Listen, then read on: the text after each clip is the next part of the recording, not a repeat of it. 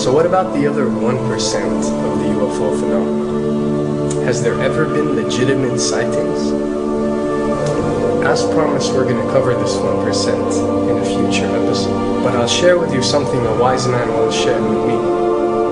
Before we should start focusing on dealing with problems outside our world, we should first focus on solving the problems within our world. And before you can start solving problems within your world, you first have to solve problems within yourself and within your surrounding environment of family and friends. So basically what I'm trying to say is that we have priorities that we need to focus on first and foremost so we can successfully build our lives and our minds. Now, it's no secret that the difference between what the government knows about UFOs and aliens and what is shared or released to the public is extremely enormous. And unfortunately, governments and several organizations on Earth are taking advantage of the UFO phenomenon to achieve worldly agendas. So why do we see particle beams, huge ones, firing at things that are, you were saying 200,000 Gs? Yep. I mean, go over that. Well, because I think it's part of a test for if there are bad guys out there. Or maybe they're doing preparations for factions. We may be looking at more than one faction. Remember, these groups tend to fragment. They fractally fragment so that you have wars within wars within wars. You know. But why would NASA release that footage? Well, remember, you've got all the good guys in NASA, and then you've got a few who are not good guys.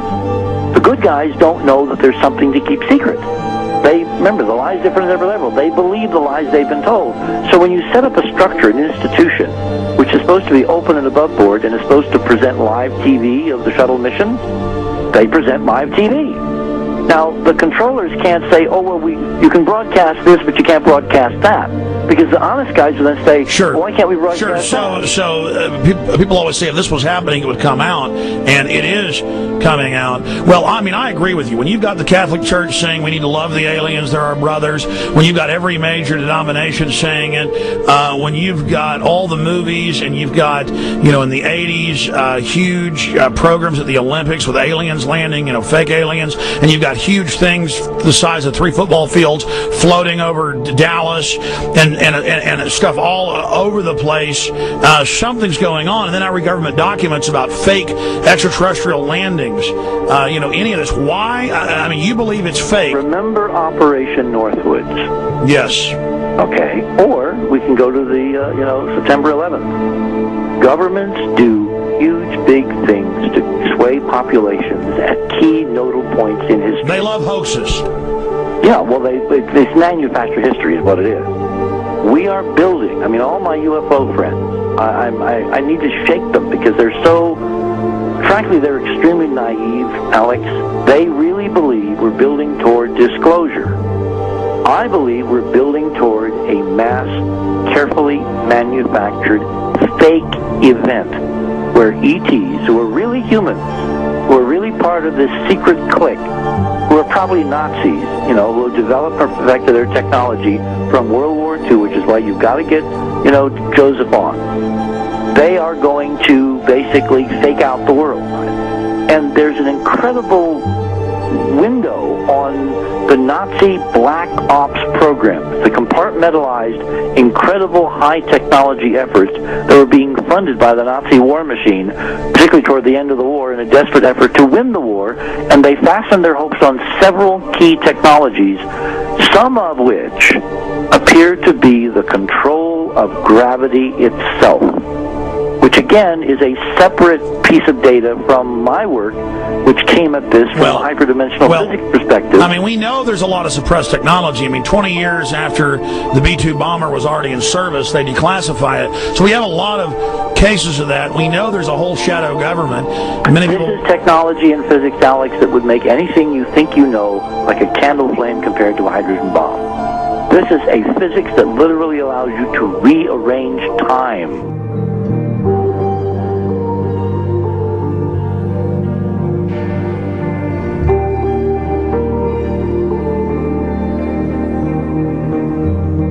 it. But I mean, imagine you've got all these compartments in these pyramids within pyramids of compartmentalization. That's why that's the New World Order symbol. And we don't know what they've got because they are so secret. We know they lie so much. We just know it's advanced. Mainline scientists say they're 30 years advanced. So Richard C. Hoagland, what I'm saying to you is, I'm entertaining what you're saying. I respect you. I think you're a great guy. My only issue is, like you said, dealing with what we know they could be up to. The fact, Alex, we have done experiments. We have our own data. We have experiments now from the Soviet Union. 30, 40 years when the Iron Curtain came down, when Glasnost finally prevailed, a huge amount of stuff was declassified from the KGB as well. And we now have put this data together. We not only know what the physics is, we know what it can do, we know what it's based on, we know how to make it work. We've seen in our own experiments ample evidence. We've seen experiments across the American landscape and even in Europe that vindicate various parts of this. And the latest thing I'm working on, it looks like von Braun himself was deeply involved in some of this early physics experimentation, but they're keeping all the good stuff for themselves. The reason is that if we got access to the good stuff, if we got access to the technologies, the energy, we wouldn't be worried about $4, $5 a gallon gas or $10 a gallon gas. We would live like people are supposed to live, all 6 billion of us who could live lightly on the earth, Alex, with this technology. And live longer. Absolutely, and better, and you could live to 200-300 and have the virility of your 20s and 30s. There's extraordinary medical breakthroughs, there's extraordinary physics breakthroughs, technology breakthroughs, energy. It's all been kept away. Think about it. We're already on a planet hurtling through space, all these wonders around you, and you've been taught it's bizarre to question, and that's because there's so many kooks in the alternative movement who do talk about ridiculous, Hollywood-style green men, instead of really looking at the shadow government and all these crazy secret societies that are admittedly running NASA and the shadow government. Now, ladies and gentlemen, during this talk that I'm going to give you, I'm going to explain to you the history of this phenomenon, who the secret government really is, and I will name them by name, beginning group, the study group. I will tell you who they are today. I'm going to tell you what this is all about. I'm going to tell you who's selling drugs to your children, and I'm going to tell you why the United States government is afraid for you to find out what the truth is regarding UFOs.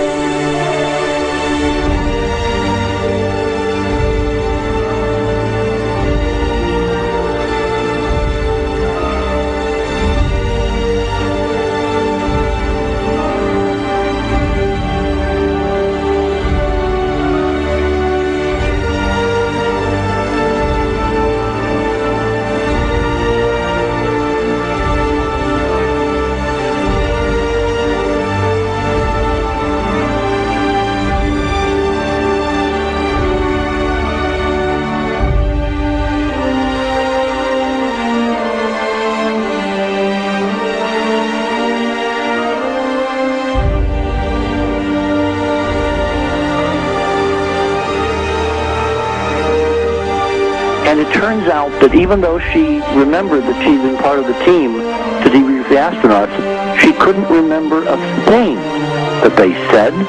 She couldn't remember why she no longer was working with NASA. She couldn't remember. In other words, her memory lapses were enormous, and I don't think they were feigned, because we now found the same pattern in all the flight crews. Because the awful truth, Alex, is they have been brainwashed. They have been mind controlled. They have had a technology, a very sophisticated technology, which took away the real missions that they experienced.